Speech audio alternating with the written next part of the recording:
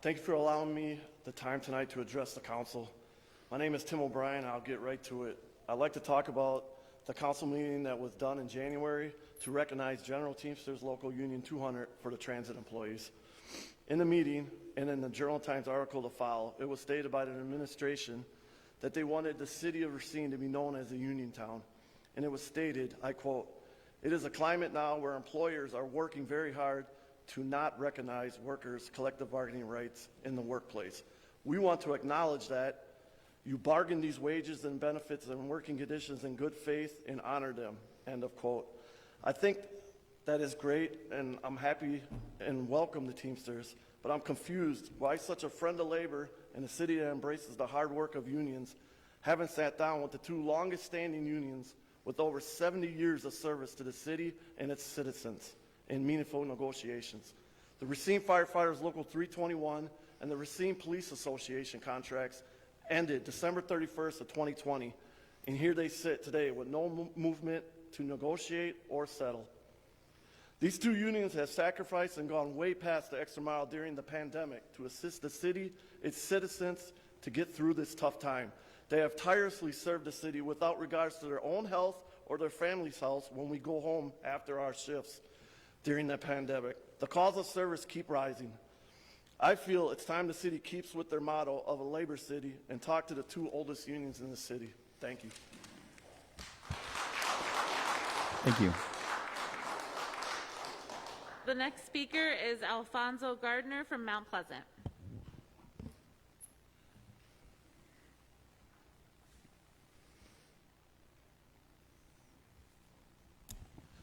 Thank you. First of all, I want to say that I'm glad to see everybody here, everybody's safe, and everybody's looking well. Now, let me get to what I'm going to talk about. There have been some misconception about what's going on here. All I want is fairness and transparency and honest conversation. I've been living in Racine County all my life. Went to Horlick, went to well, now it's Red Apple, but it was Washington Junior High School, Garfield. And for the black community, we have never been at the table when decisions are made about things in our area. And it's time that that stop. We are taxpaying citizens. We need to get respect like everybody else. That's all I ask for is transparency and respect. We still number 2 for the worst place for blacks to live in the United States. We shouldn't be there. In my opinion, the reason why we're there, you leave us out. Don't even talk to us. Make decisions for us and about us, but don't talk to us. That don't make sense to me. It doesn't. So I'm hoping that for this King Center, Healthcare Center, you have a forum and explain exactly what you're going to do. Exactly.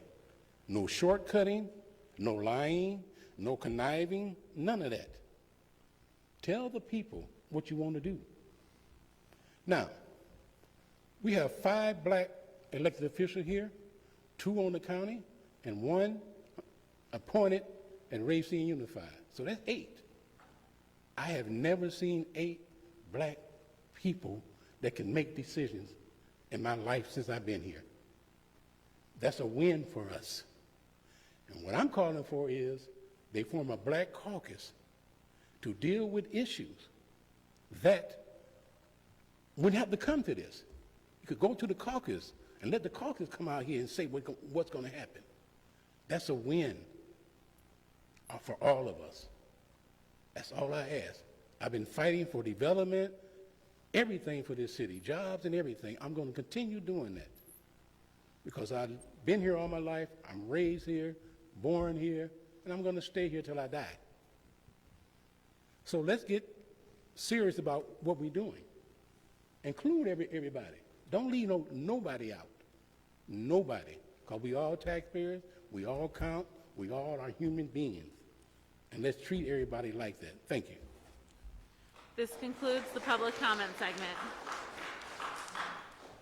We'll now move on to the committee reports. The first report is the Finance and Personnel report. A little rusty on the microphones here. Alder Taft, do you have items for separate consideration? I do have 2 items for separate consideration. Please proceed with the first. Okay. Let's see. First item, item 145-22, communication sponsored by Mayor Mason, Alder Jones, Alder Horton, Alder Lemke, myself, Alder McCarthy, and Alder Mi'kmaq on behalf of the Human Resources Benefits Manager, requesting to appear before the Finance and Personnel Committee to discuss an increase in paid parental leave offered. Recommendation of the Finance and Personnel Committee on March the 7th is that paid parental leave offered for non-represented employees be increased from 80 hours to 320 hours. Fiscal note, for the remainder of 2022, the salary and fringe benefit associated with this wellness-related benefit will be charged to the insurance fund. Sufficient funds are available in the insurance fund to cover any costs for 2022. While costs will fluctuate from year to year, we'll use 2022 to forecast a budget methodology for subsequent years. Would you like to make a motion? I would like to move for approval. There's a motion for adoption by Alder Taft, seconded by Alder Coe. Discussion. Alder Taft, would you like to speak to the motion? I would. I think this is an excellent idea. As a person who had both of my babies while working in the 2-career family, and I did not have such a benefit. It was really difficult to work with young children both times. I went back to work immediately after my daughter was born, like a week or 2, and then my son at 8 weeks old. And I know that that's really challenging and difficult. And so I think that this is a wonderful benefit, and I think it puts us in a position to attract younger workers, people that are interested in having these benefits. I think it makes us a leader in our community, in our surrounding area, and I think this can only benefit us. So I'm really grateful that we're bringing this forward. Thank you. Alder Rouse. Thank you, Your Honor. So I have a few questions. I was able to speak with some representatives from Milwaukee, Dayton, Ohio, and Madison on their passing of their parental leave policy. And for the most part, everyone said that the process was smooth, that it was well utilized, and that they hadn't been seeing large hiccups. However, the one consistent, I wouldn't call a headache, but I'd say an area to be addressed was when it came to extending the benefits to unionized members, whether it be police, fire, or transit, which is something that we can realistically either expect or want for our city to expand that far. But are we prepared to handle the influx in costs with something like that? Has that been thought about in the long term for us moving forward with this? Yeah, I'll refer your question to the city administrator. If I can figure out how to turn his microphone on. There we go. Thank you, Alder Rouse. Yes, this obviously would be a subject of collective bargaining, and it would be something that would be negotiated at the table with the representatives of the unions that were interested in the benefit. And then, as you know, collective bargaining is a give and take and a package of compensation and benefits and, an overall, package that we offer. So if there was a cost to the city to extend this benefit, it'd be weighed against all the other wages and benefits that would be negotiated at that time. Alder Rouse, did you have another question? Hang on just one second. Please continue. Thank you. Thank you for that answer. Moving forward, though, I do see this as a cost-effective solution because inevitably this is something that most municipalities will likely be expanding towards, and being in the first half gives us a chance to market this as a retention, as a hiring tool, as opposed to us playing catch-up and still having to pay the same cost. Doing this now gives us a chance to market ourselves, bring people in, young families like myself, and get the most out of these dollars. Thank you. Alder Mi'kmaq. Thank you, Your Honor. I appreciate the opportunity. I'm very excited and happy that this is one of the last things I get to vote on from this chair, and very grateful that this opportunity is here.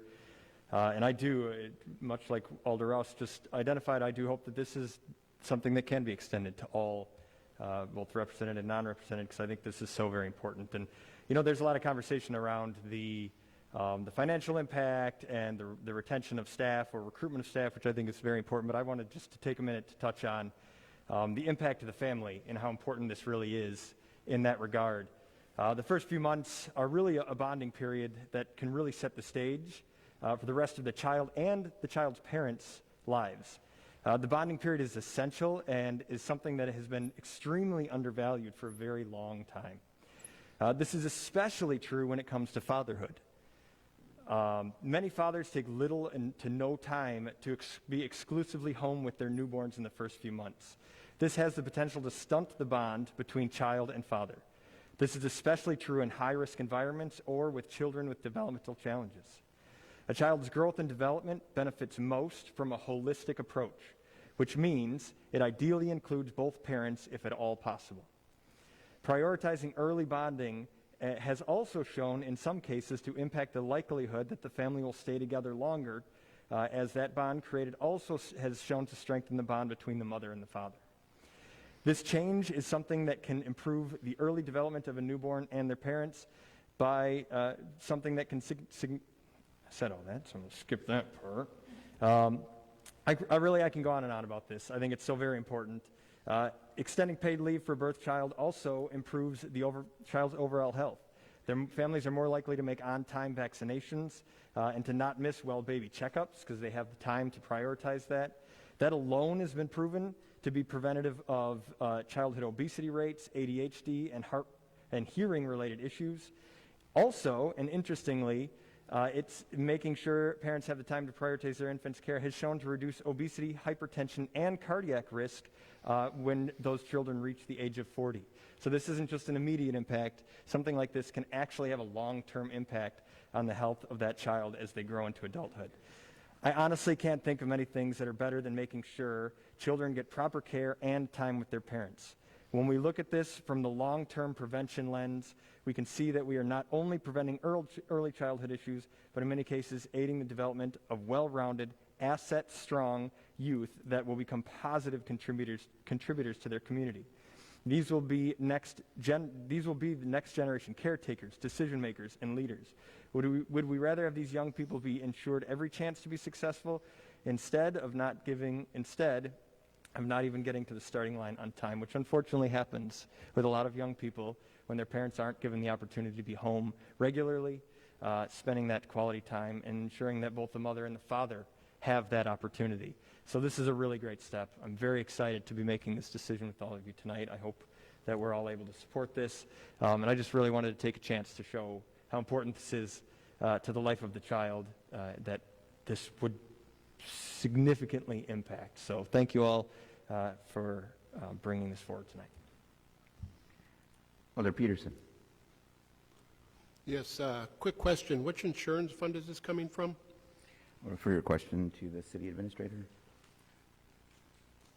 From the health insurance funds that we budget. Out of the health insurance budget? Correct. So does that mean we've over budgeted, or we're not anticipating to have any medical emergencies that may expend that money? How do you know you're going to have extra money in March?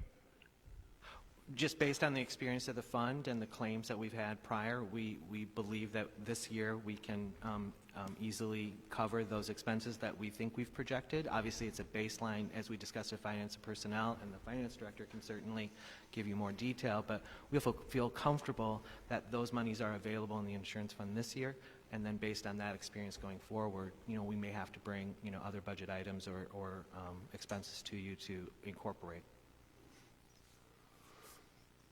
Okay, well, I guess I'm a little confused because, for insurance purposes, that's something that you don't know what the expenses are going to be. I guess you can guess, just like you're kind of guessing what the expense for the paternity leave is going to be.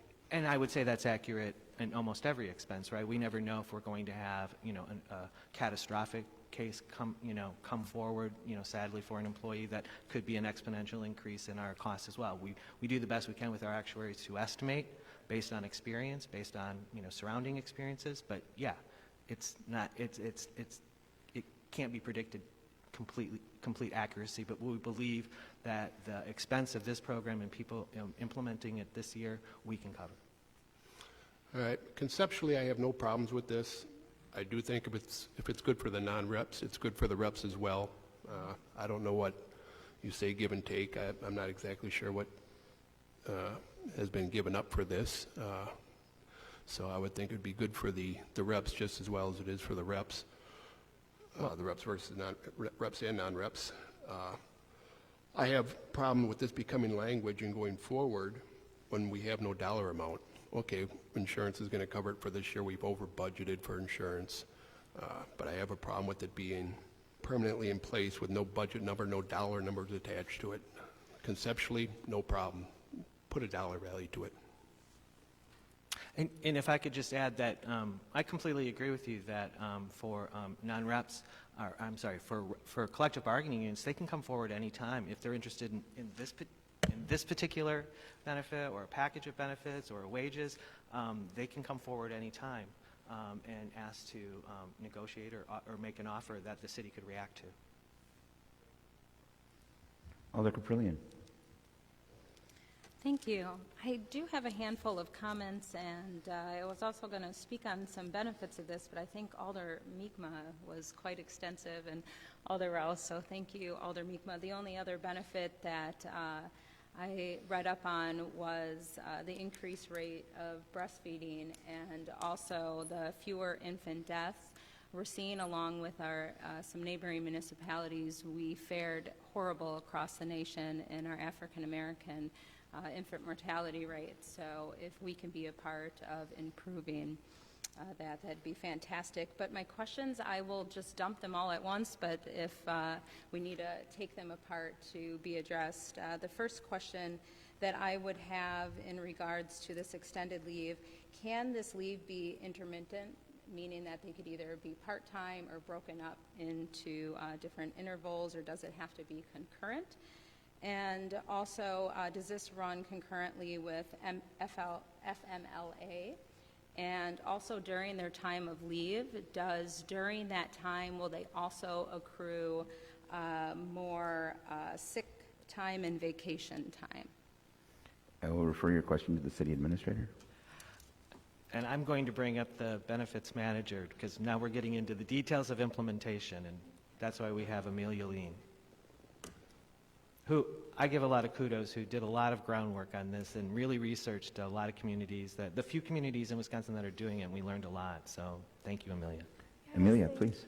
Oh, sorry, Mayor. Thank you. Yes, my name's Amelia Lee, and I'm the benefits manager here for the city. So I can definitely help you with your questions. The first one, I believe you asked if it could be taken intermittent or if it had to be concurrent. So at this time, we're proposing it to be concurrent, a concurrent period. And then if I could have you repeat your questions after that, that would be great. Yeah, absolutely. And could you just define, when you say concurrent, does that also mean not intermittent, meaning to be able to go part-time through that period as well? It would be their full allotted schedule, so it wouldn't necessarily be part-time. It would be off during this period. That's clear. Thank you so much. Yeah. The next question was, will this run concurrently with FMLA? Yes, it will. Yes. Okay. And then the other question that I had, during their time of leave, will also sick time and other vacation time accrue? Typically, yes, it does accrue. Yes. And then I did have one other final question Yes. as well. If a holiday period does happen upon that leave, will they also get that holiday pay as well? They do get to utilize that holiday pay. So if it's in the middle of the parental leave period, we would just use that holiday pay for that day or those days that happened, and then it would continue with the parental leave. So it wouldn't be doubled? Correct. Okay. Correct. Very good. Thank you. You're welcome. Thank you. Alder Caprillion, did you have other comments or questions? That was it. Thank you. Thank you. Any other discussion on this item? Just as a, oh, sorry, Alder Perez, I didn't see you in the queue.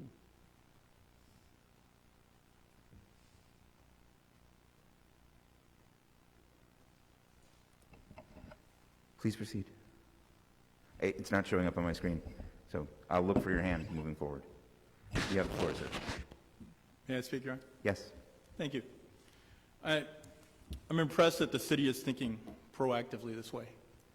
I like the whole idea, and some of the comments that I was going to make have already been made. But I'm thinking that we're a little bit hypocritical in the sense that our non-bargaining employees are waiting to bargain. Our administrator said they can come forward any time and bargain these things. Well, they've waited over a year and a half, police and fire have. We're pro-union. I mean, when you were in the state, that was one of your big issues and concerns, and I myself am pro-union myself. And I'm concerned that this, even though legally may be a need for bargaining, that we've come around to giving people things that we want to give.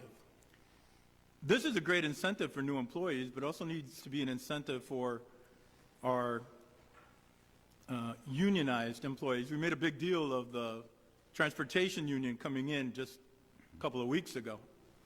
And we've always had our police and fire unions represented as well. And a lot of these folks want to have families and find themselves tied in this situation.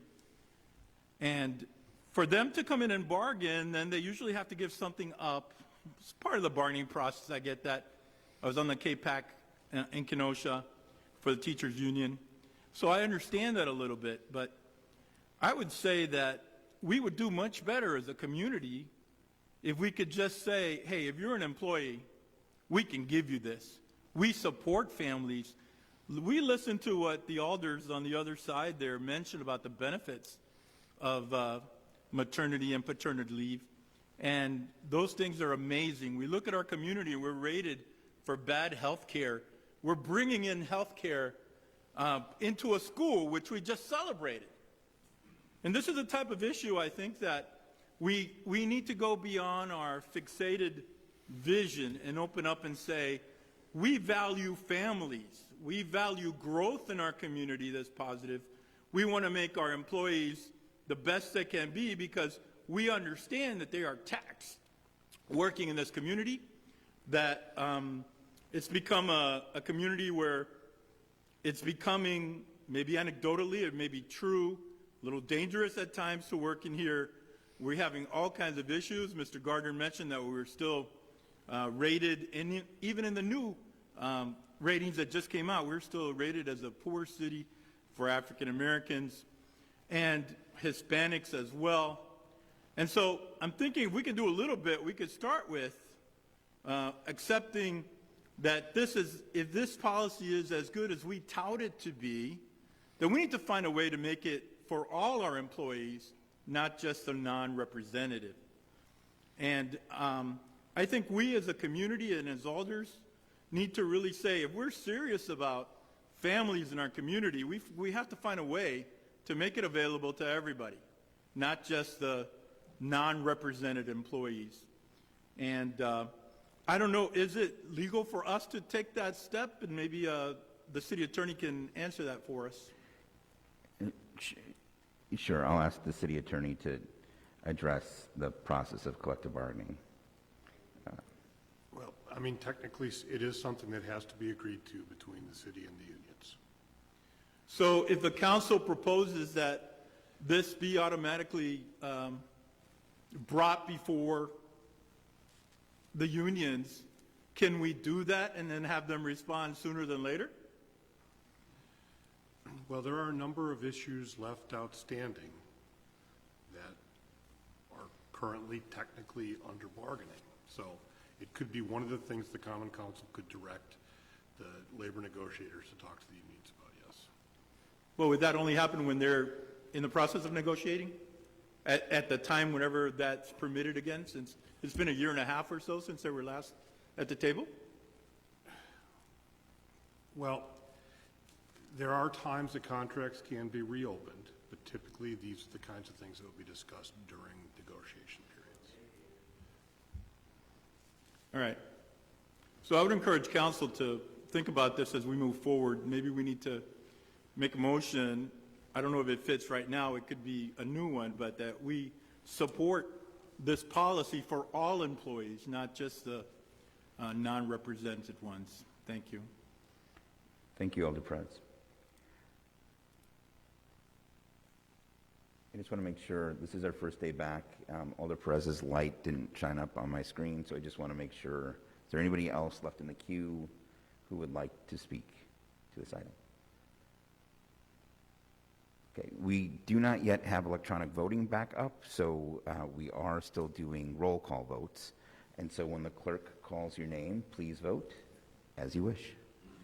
Alder Meekma. Alder Coe. Alder Jones. Alder Tate. Alder Santiago. Alder Caprillion. Alder Peterson. Alder Horton. Alder West. Alder McCarthy. Alder Pete. Alder Rouse. Alder Perez. Alder Taft. Alder Lemke. That would be 14 ayes and 1 no. That motion carries.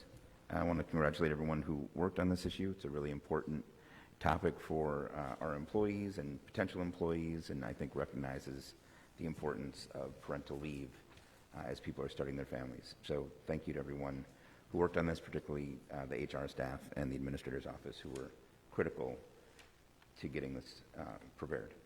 I believe, Alder Taft, you had one other item for separate consideration. Sorry, let me turn your microphone back on. Yes. I do. The item I have for separate consideration is 141-22. Please read the item. Sure. Communication sponsored by Mayor Mason, authorizing the mayor and city clerk to enter into an agreement between the City of Racine and the Community Development Authority of the City of Racine, the CDA, regarding coordination and cooperation. Recommendation of the Finance and Personnel Committee on March the 7th is that the mayor and city clerk enter into an agreement between the city and the CDA regarding coordination and cooperation, and that the ABM and related agreement be revised by request of the committee to eliminate the reference to any other TIDs that are created by the City of Racine for neighborhood conservation, and to include language to ensure compliance with the approved TID project plan. Fiscal note, the city may charge the CDA for work provided based on substantiated hours and rate of pay. Move to approve. Thank you very much. Is there a seconded? Motion was made by Alder Taft, seconded by Alder Coe. Discussion on this item. Alder Peterson. Yes, could I get clarification? Are we still in this process? It talks about eliminating reference to any TIDs. Are we still talking about 22, 23, 27, and 28? I'll refer your question to the city administrator. I will have to, I'm going to call Matt Redgick up because I have a feeling there's more questions too. So Matt Redgick, Assistant City Development Director. Thank you. Alder Peterson, to answer your question, that is the intent, that those 4 TIDs would be under consideration in the ABM, but not any subsequent ones that may be passed. Okay. Thank you. I'll speak against this. I spoke against the TIDs originally, and I guess this is a pretty good reason why. I just looked at the 27 TID. It's supposed to generate 13.63 million, 9.49 residential homeowner repair, 3.16 infrastructure, public facilities, meaning roads, gutters, parks, and 973,000 for professional services, totaling 13.63 million. They're nowhere in there, and I understand that there's language in there about sharing, but I don't believe it was ever the intent of the council. 27 and 28 has not distributed a dime to the residents yet. I could understand if maybe 10, 15 years down the road and residents are not applying for these grants, but start siphoning off money right out of the gate is not appropriate in my mind. Thank you. Other discussion on this item? Any other discussion on this item? Seeing no further discussion, when the clerk calls your name, please vote as you wish. Alder Meekma. Alder Coe. Alder Jones. Alder Tate. Alder Santiago. Alder Caprillion. Alder Peterson. Alder Horton. Alder West. Alder McCarthy. Alder Pete. Alder Rouse. Alder Perez. Alder Taft. Alder Lemke. That's 14 ayes, 1 no. That motion carries. Alder Taft, did you have any other items for separate consideration? As of the time I left my house this evening, I had received no additional requests. Then without objection, we will place the remainder of these items on the consent agenda. Moving on now to Alder Jones and the Public Works and Services Committee. Alder Jones, do you have any items for separate consideration? Thank you, Your Honor. I have one item. Please read the item. Item 0143-22, communication sponsored by the Chair on behalf of the Department of Public Works, submitting bid results for contract 202-2036, Racine Public Library Rehab. Recommendation from the Public Works that the contract for Racine Public Library Rehab be awarded to Roche Construction and Engineering in their base bid amount of $1,783,280. They being the lowest responsive bidder. Fiscal note: funding is available in the following library trust fund accounts: New Facilities Trust Fund, Bunke Trust Fund, Emily Lee Trust Fund, and the Library Foundation. Move to approve. So motion to approve the item. Is there a second? Seconded by Alder Horton. Alder Jones, did you want to speak to this item? I will yield to Alder Kerprelian, and after then, we have the librarian, Mrs. Zimmerman, who will give a small presentation. Yes. Angie, if you want to come up while Alder Kerprelian is making her comments, and we have a short presentation. Alder Kerprelian. Great. Thank you so much. I do want to thank the Public Works and Services Committee for the support, and also the mayor on this item. From my recollection, as I am one of the longest members of the library board, and we have had discussions since 2002 on the expansion and rehab, and also branching out of the library since that time. And even as recent as 2015, 2016, doing some renovation work and also branching out. Nothing really got legs. I think in 2019, possibly, we did some floor plan concept changes and new carpet and things along those lines, but we never got the feet and the support to move forward. This kudos really is going to go out to our new executive director at the library, Angela Zimmerman, who's before us and who's going to do a presentation, and her exhaustive dedication to making Racine Public Library impactful and responsive to the community's needs.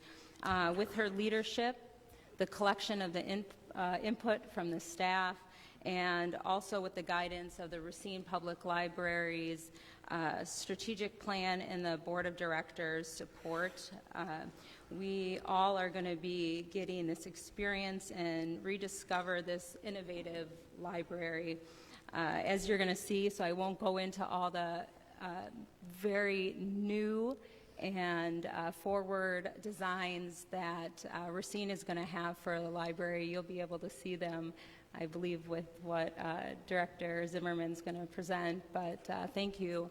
And this is very exciting for Racine, so this is something that I would hope all of you would support. Thank you so much.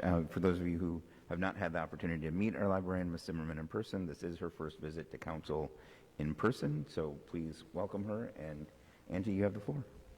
Thank you, everyone. Thank you, Alder Kerprelian. You just took my whole speech away. And nice to meet all the aldermen in person. It is my first time actually even in these chambers, so very exciting. As Alder Kerprelian said, I was tasked with beginning in my position with rethinking the second floor renovation. So it was probably within my third full board meeting as the director here in early 2021 to begin speaking with the architects to rethink the vision and the future of the second floor renovation, or second floor of the library. So it's all very exciting.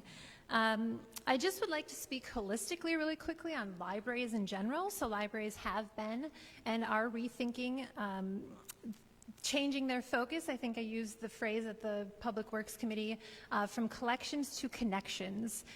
So traditionally libraries have always been seen as this place for the preservation of sustainable library collections, and we're focusing far more now on this community center and providing this space for the community in a, let's say, shared learning, shared experiences, cultural experiences. The second floor renovation really brings into that idea of a responsive, post-pandemic, listening to the needs of the community and being as impactful as possible. So with that, we will begin a quick presentation of the second floor, and I welcome any questions afterwards. So this is, if you can see it okay, this is the existing floor plan of the second floor. So if you notice, there's a lot of focus on collections. So we have the nonfiction collection on both the north and south side, as well as the fiction collection north and south side of the building. This is a quick overview of the new space in the second floor. Quick look, you're going to see a brand new staircase. When you come into the building currently, you kind of don't recognize where or how to get to that second floor.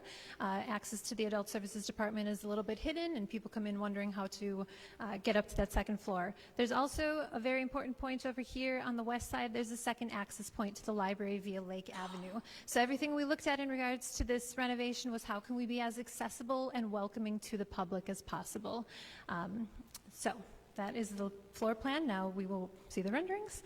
So this is from Lake Avenue. This is the access point. As I'm being told by Assistant Commissioner Rooney as well, this is when we will have two-way traffic on Lake Avenue and able to get into the building via Lake Avenue.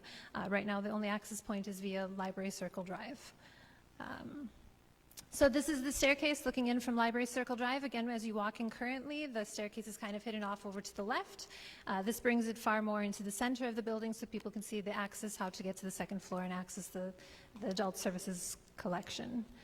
Again, this is from the vestibule currently on Library Circle Drive. You're going to see the staircase off to the right. That's currently where our hold collection is. That'll be relocated. Circulation desk is straight in front of you when you walk in, staircase to the right.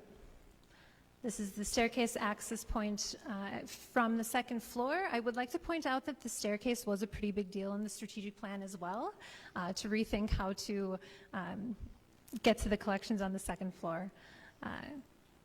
This is the viewpoint from Lake Avenue, so we will have operationally a second service station there. To greet people as they come in. You'll see that the computers are laid out differently as well. If you visit the library right now, the computers are in the center, right in front of the information services station, which is also being relocated through this process. This is another viewpoint from Lake Avenue. This will be the vestibule as entering, a bench for seating. People will also be able to check out items on the second floor, not having to come down to the first floor at all. This is the teen area, which is very exciting. If you currently visit the second floor, the teens don't have that much of a space. It's very important for me to provide the teens with as much of a safe and welcoming, inclusive space as possible. To the right here, you'll notice that the collection is actually outside of the teen area because we want this collection to be as accessible as possible for everyone, not just young adults. I'm currently reading a young adult book myself. This is then the teen area. If you'll notice, all open glass walls. We want everything to be as communal as possible to have that shared learning experience for everybody coming into the building. So this is looking into the teen area, very vibrant, very colorful. Service station within the teen area as well. There will most likely always be somebody manned there, and far more seating. Again, we don't have any seating right now for our teens in the building. Again, another viewpoint of the teen area. Over here to the left, there's an actual gaming station, so we'll be doing quite a bit with esports and gaming. And then this is looking towards the innovation lab. So this is kind of a genius bar. This will be an area where they will be able to view into the innovation lab, which is also known as a makerspace. There will be pictures on that as well. This is looking west towards the Innovation Lab. Again, everything glass walls so we can see what's taking place, all interactive. Glass walls as well. This is the teen area down here, and computers are located to over here. This is the inside of the Innovation Lab. Very exciting, all open cabinetry. So this is the area where we will do everything with STEAM, science, technology, engineering, art, and math, digital literacy classes, 3D printing, laser engraving, etc. All learned, shared experience in here. Another view of the Innovation Lab, and glass walls again looking out into the collection. This is the local history room. This will be expanded by 20% and also be made climate controlled. So you'll see a nice viewpoint into the history room. Printing station. This is just another viewpoint from the history room and looking over to where the study rooms currently are within the library. This is the viewpoints. Our whole goal in this is obviously pulling the focal point towards the lake, which is our kind of our selling point, as everybody knows who visits the library. So when you come up the staircase, you're going to be drawn towards that lake. The information services station is completely pulled out from where it currently is in front of the history room and put right into the center of the second floor. This is 17-foot, completely height adjustable stations at staff request. And first thing patrons will see when coming up the staircase. More seating area, tons more seating area than what we currently have in the building, so very exciting as well. One other offering, which we currently don't have, for me coming to the Racine Public Library, I was quite shocked that we service 137,000 people and we don't have a meeting room to accommodate even a large group beyond 20 people. So this will accommodate a meeting room of up to 77 people, and those are flexible glass walls that we'll be able to open up as well and expand to hold hundreds of people, because all of the furniture will be flexible and able to be moved. So very exciting feature for the library and making it more of a community-oriented space. So that is without the walls there, all updated audiovisual as well, and a little kitchenette in the meeting room as well. These are going to be the study room areas. So this is actually, first one is where our social worker does her intake, and study rooms will be updated as well through this process. This is looking south end towards what we're also adding as a business center. Everything we're doing is really considering the library as a post-pandemic institution and how we can accommodate more to remote working and what the community truly needs. So we will be adding a business center. This will also be another place where we can hold meeting rooms, because again, we only have one meeting room currently that accommodates about 20 people. So another flexible space. This is where we're adding additional study rooms. So we add 3 study rooms to this plan, which is also very exciting. Our study rooms are very much in need. We have to regulate the times on our study rooms because they are so in demand. So 3 additional study rooms and offering more flexible space. And this is a showroom. This is what we're calling the Beyond Books collection. So this is everything to do with our non-traditional items, so everything circulating outside of books, audiovisual materials, etc. So say, for example, we will be circulating a kayak. This will actually be a showroom where people can see that they can actually check out a kayak from the library. So that's a very quick overview of the second floor renovation. Again, I think it's very important to acknowledge that libraries are changing, so looking at this holistically, this is just another fantastic community center that we would be offering to the community. I can answer any questions as needed. Any questions for our librarian, Ms. Zimmerman? Okay. Alder Rouse. Thank you, Your Honor. Can I just get a clarification that all these funding sources are outside of the city of Racine, correct? Yes. Awesome. Yes, there are no city funds that are being No allocated city here. funds. Yep. Sorry, I didn't know if I heard you correctly. Yeah. And so, I mean, if you look at the item, Alder Rouse, it references the trusts that are being used to fund this. It's still a city building, and it still has to go through the public bidding process. There was just such enthusiasm and interest in the Public Works Committee, not just for the bid results, but for the excitement for what the project could be. Alder Jones and I thought it prudent to invite the librarian to share that information with the full council. Yeah, thank you. I love it. I'm really excited for this. Alder Caprillion. Thank you. I would just like to add, first of all, thank you for inviting Executive Director Zimmerman to put on this presentation, and I think to join in this momentum and of the support of those watching and also here in the chambers. We are on our 125th anniversary at the library, lots of events going on, and I think the next 125th event might be our trivia night. And I think that is March 26th, possibly, from 7 to 10. So a lot of great things coming out of the library.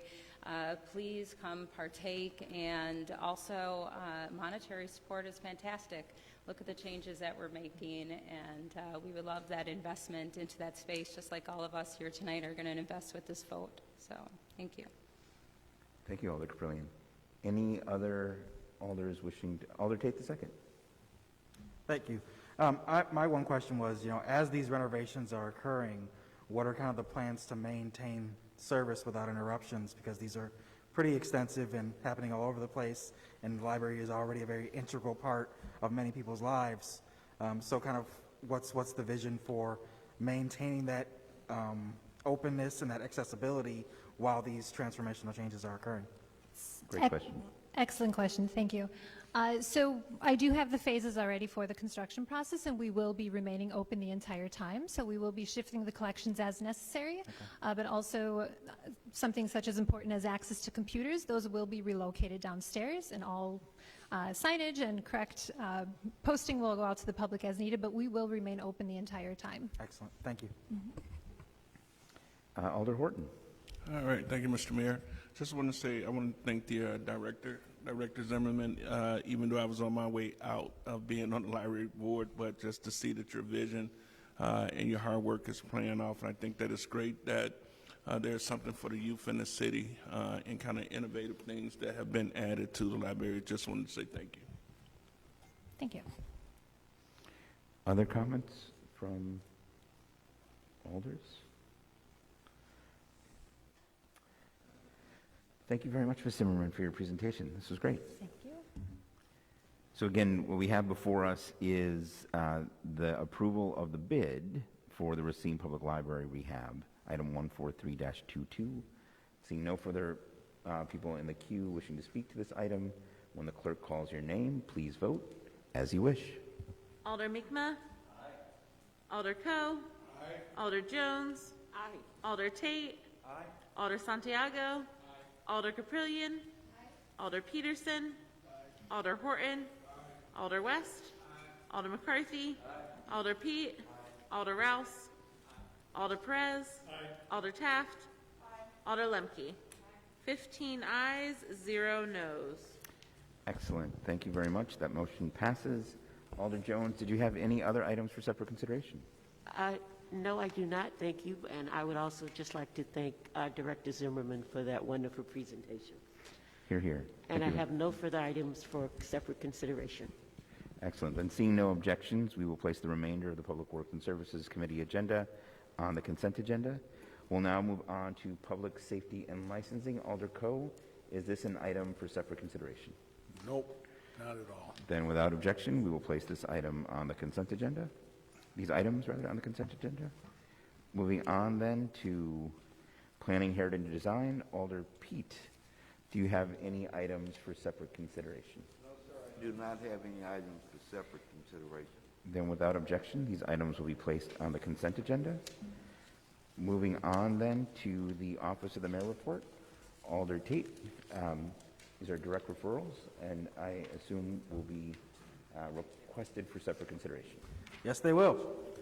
Item 017522, request sponsored by Mayor Mason on behalf of the Assistant Fire Chief requesting permission to apply for a mobile integrated health for COVID-19 and stroke grant through the Wisconsin Department of Health Services for the implementation of a mobile integrated health program in the city of Racine. Grants application due March 31st, which is very soon.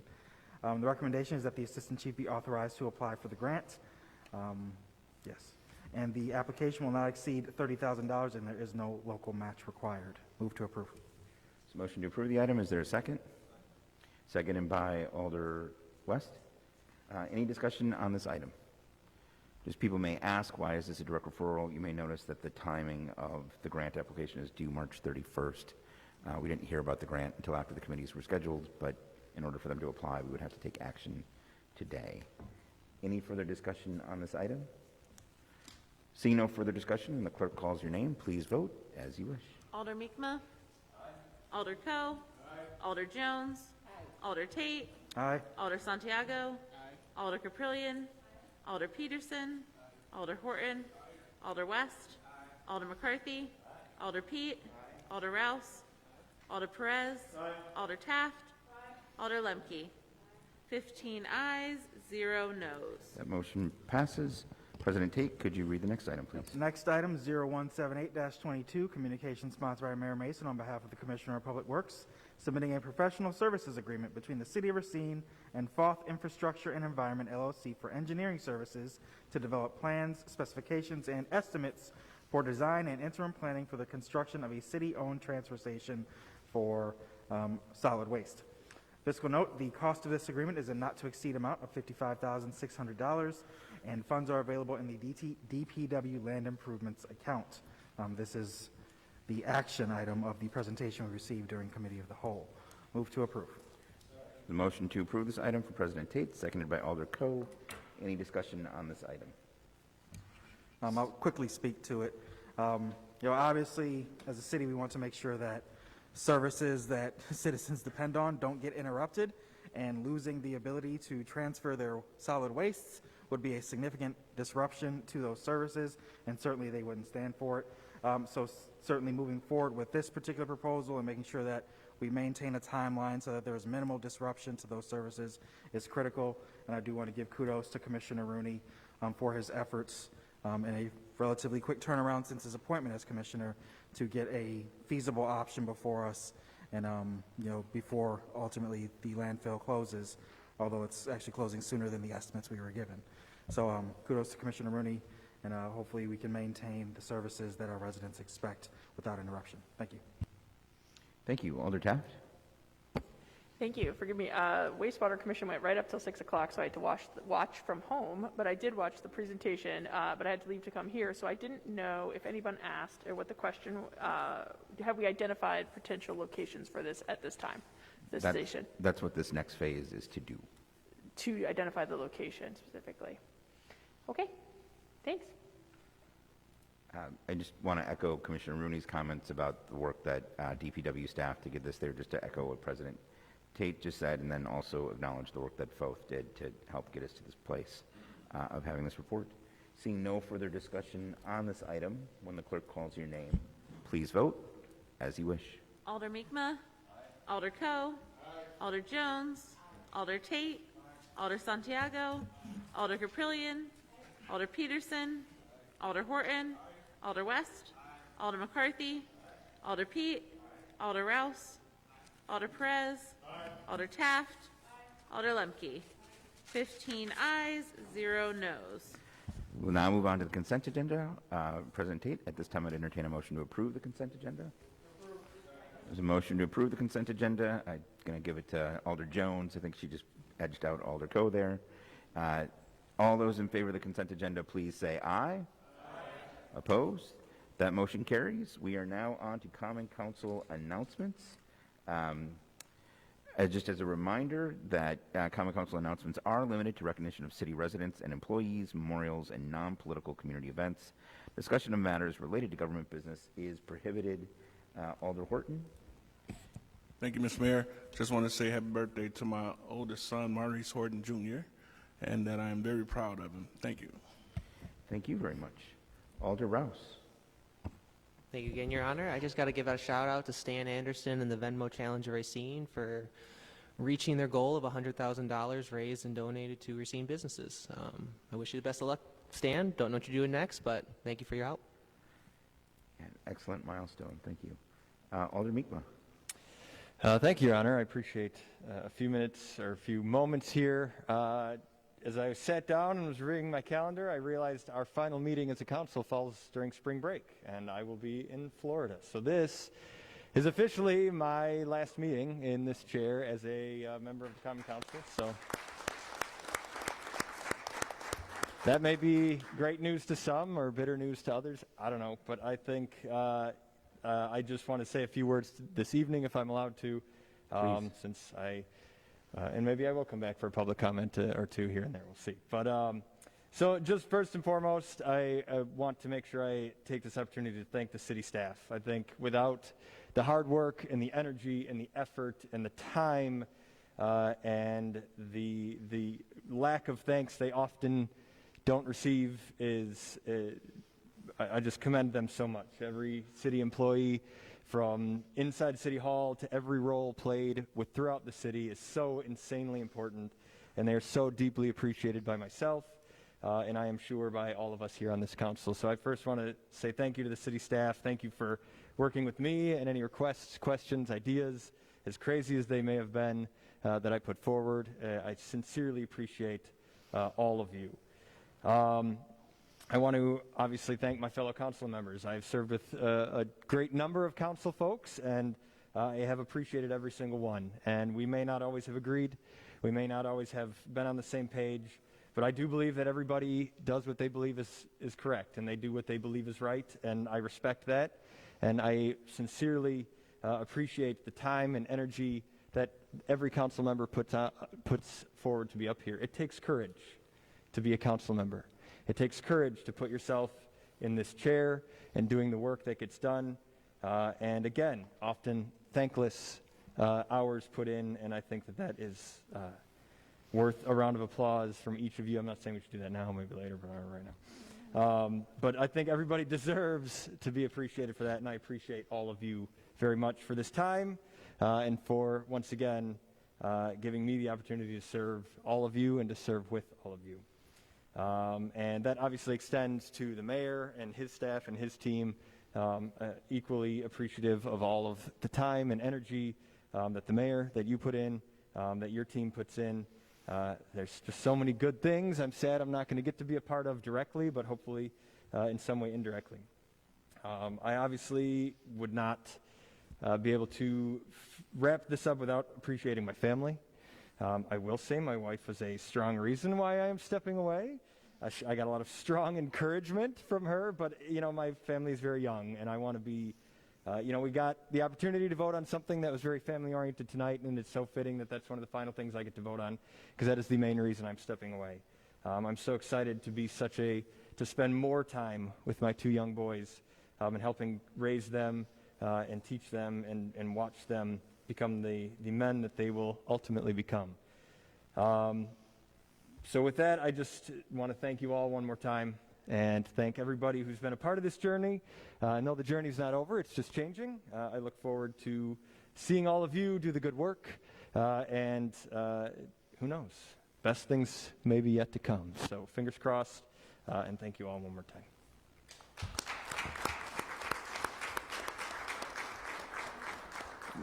So, Alder Mi'kmaq, I will just say that your presence on this council will be felt long after your departure, whether it was your tenure as the president of this council and your able leadership there, your passionate conversations at the CDBG Advisory Committee and how best to support the community, and the work that you did to get their equity officer position in place. Those are things that will have a lasting legacy on this council and the city and the benefit of our entire community. So we thank you for your service. We hope one day your service may resume, but we deeply appreciate the service that you and your family have provided to this city and the community. Thank you.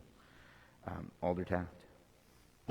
I just have to say thank you to Alder Mi'kmaq for all of the, I don't know, Alder Mi'kmaq was president when I first started and on finance committee when I first started and took me under his wing a bit, and I really appreciated that. And we've always had good conversations about things that we've agreed on and not so much agreed on, and always had really good, insightful, thoughtful, productive conversations. And I just really appreciate your mentorship and your leadership and getting to sit next to you, and just it's been a real pleasure to serve with you. So thank you for your service and all of the help that you've given me, and I know so many others on council and throughout the city. So thanks so much.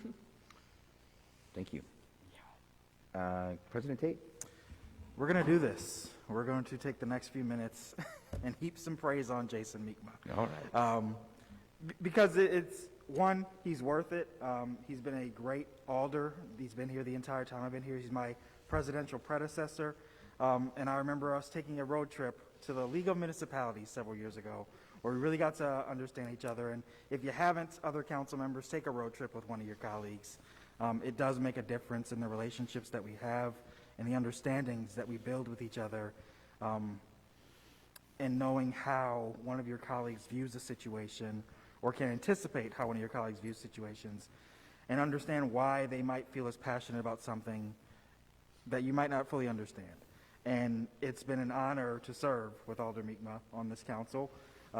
He's been a passionate advocate for the things that matter to him, and then the things that don't necessarily affect him as well, because that's what a representative is supposed to do. That's what a leader is supposed to do. It's supposed to champion issues that just don't matter because they're facing you, but they matter because they're facing the people that depend on you and the people that depend on us to advocate for the issues that they're not here to advocate for, that they sent us here to advocate for. So I appreciate Alder Mi'kmaq for being that example in his time here, and I appreciate his humility, and his, lack of being prideful on issues. When somebody, has a reaction to something, or he says something that's perhaps a little too forceful, or, a little bit out of bounds sometimes. He acknowledges that and is willing to take the step back, own the remark he made, own the offense he may have given, and try and heal the breach that has occurred as a result. And I think those are examples of a person who is a leader, and we should all strive to be more like that if we're not already in our own regards like Jason Nigma. So his presence will be missed, but I'm sure his presence will not be entirely gone from our community as he continues to make the impact in the ways that are available to you. So thank you, sir, for your service, and thank you for your leadership as well. Alder Caprillion. Thank you. I'm sad, Alder Mi'kmaq, you will not be at the next meeting, but I'm glad we get this opportunity to speak to you and to appreciate you. I remember the Alder of the 14th, Ron Hart, sitting in that seat and having a conversation with Alder Mi'kmaq about running for Alder. And at the time, I knew him as in his executive director role at Focus on the Community. Such great support for the youth and the families of this community, and I could see a strong leader at that time in him, and quite happy that he decided to take that leap and running for the 14th District Alder. I know that if we do not see you during public comment, we will still see you fighting for the youth and the family of Racine community. And also, please continue to seek ways for our support. I remember when I first met you, we had an opportunity to support Focus on Community, especially through the Public Safety and Licensing Committee. That is really where we saw your presence. I would hope we would start seeing it a little bit more. Thank you, and thank you for your serving, Racine. Thank you. Any other announcements? Oh, Alder Perez, sorry. Express my condolences and sympathy to my daughter-in-law, Hannah Perez, in the passing of her grandmother, Betty Bame, a few days ago. And I love you. I hope you're comforted in knowing that God has her in her hands. Thank you. Thank you, Alder Perez. Any other announcements? Seeing no further announcements at this time, Alder West, I would entertain a motion to adjourn. Move to adjourn. Motion to adjourn, second. All those in favor, please say aye. Opposed? We're adjourned.